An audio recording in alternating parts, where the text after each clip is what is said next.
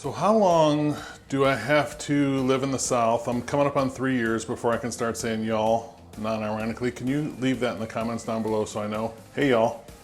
So I noticed something weird over the last few months, probably 6 or 8 months.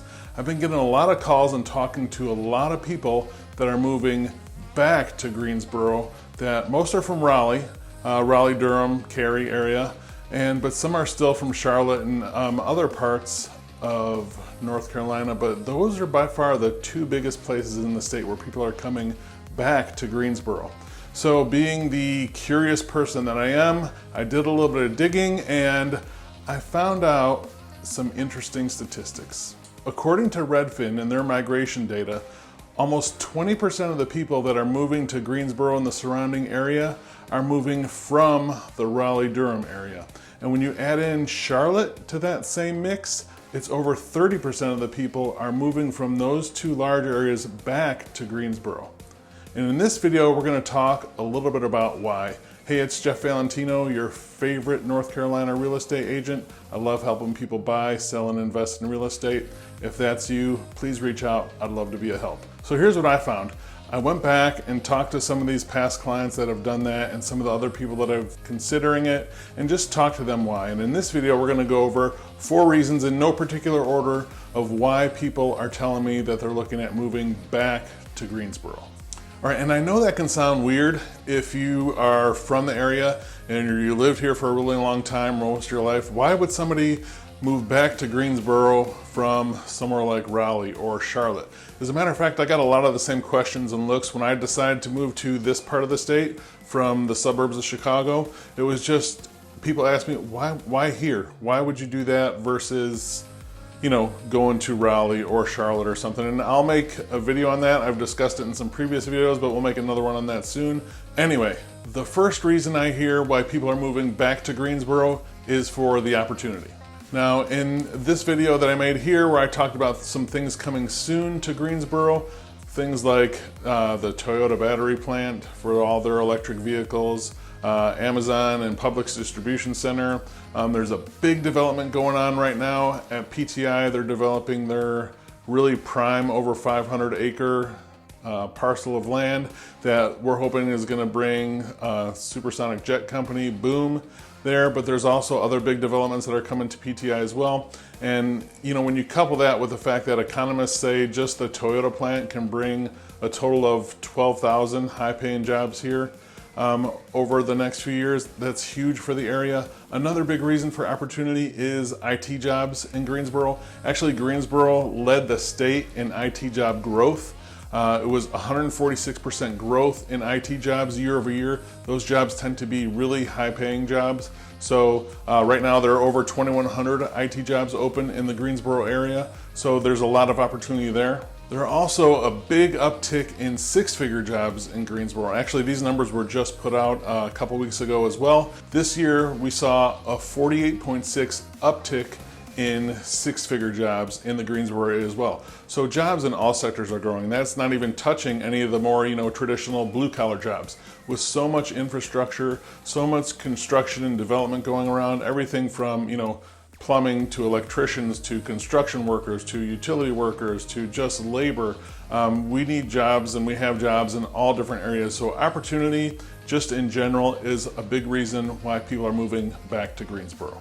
The second reason why people tell me they're moving back to Greensboro is overall affordability. And this comes in a few different areas, right? From cost of food, going out to a restaurant, insurance, utilities, property taxes, things like that. But the bulk of where we're gonna see the affordability piece come in is the price of housing. When you compare a $350,000 to $400,000 house in Greensboro and the surrounding area versus like Raleigh, Durham, Cary, you're gonna see some really big differences. A $350,000 to $400,000 house in Raleigh, Durham, or Cary is gonna be like some of these, a 1,300 square foot house, maybe 1,500 square foot house, fixer-upper, you know, not a lot of space, not a big house for your money. When you contrast that with a house in Greensboro for $350,000 to $400,000, you can see, you know, a nicely remodeled, updated, move-in ready 4-bedroom home. There are new construction homes that abound in great neighborhoods with desirable school districts and things like that. Or you can also see, homes that are preserved in historic districts that are move-in ready and just beautiful older homes too. So, but when you compare just the amount of house you get for your money, what that relates to in property taxes, where we see them going up in Raleigh actually right now just to help pay for all the new infrastructure they have to add, where just the everyday things tend to cost a little bit more there than Greensboro. You see the affordability is a really big piece of why people are moving back to Greensboro as well. And speaking of infrastructure and growth, the number 3 reason is just that, is space and infrastructure. People told me over and over again of how frustrating it is to get around in Raleigh. And actually our home office for the company I work for is in Cary, and I was there not too long ago and had to come home during, go there during rush hour and come back during rush hour, and man, it almost reminded me of being back in Chicagoland again, just sitting in traffic and the stop and go and things like that. It's just so much more crowded than here. I really got spoiled with that relative lack of traffic versus a bigger city in the Greensboro area. So just space and, getting around is so much easier, people told me, and the infrastructure is much better here as well. Where Raleigh is seeing even more congestion and more just choking down of the infrastructure with so many people coming, they're having a hard time keeping up. Greensboro, on the other hand, has done a really good job of staying ahead of the curve. For example, the Greensboro Urban Loop is almost done. They're working on the last stretch of this 49-mile roadway that's going to be part of the Beltway, but it's just going to make getting around the city much, much easier. That part of that loop is going to be done next year in 2023. Also, it's worth noting that, while Greensboro is growing, it's for sure not growing as fast as like the Raleigh area, right? As a matter of fact, it's growing at about half that pace. So while we're seeing growth, again, we're a much smaller city to start out with, but when our growth is about half of what Raleigh-Durham is, we can keep ahead of a lot of those problems that they're having there. So it just makes for a better infrastructure and again, more space, just easy to get around.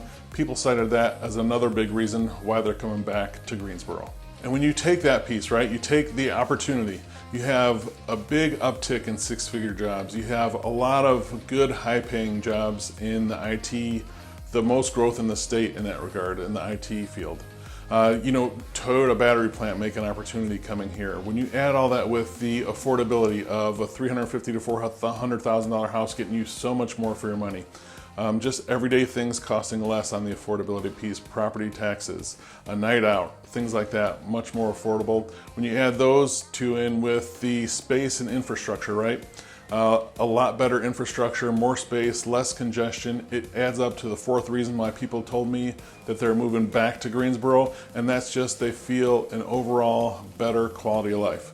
Now maybe this was people that were from the area and moved away to the big city after being born and raised in Greensboro area, and they're surprised by how much it's grown, or maybe they're coming back to be back around family after they moved away, or maybe they just want to escape some of those other things. But what they kept telling me over and over again, besides the other things that I mentioned, is just overall better quality of life.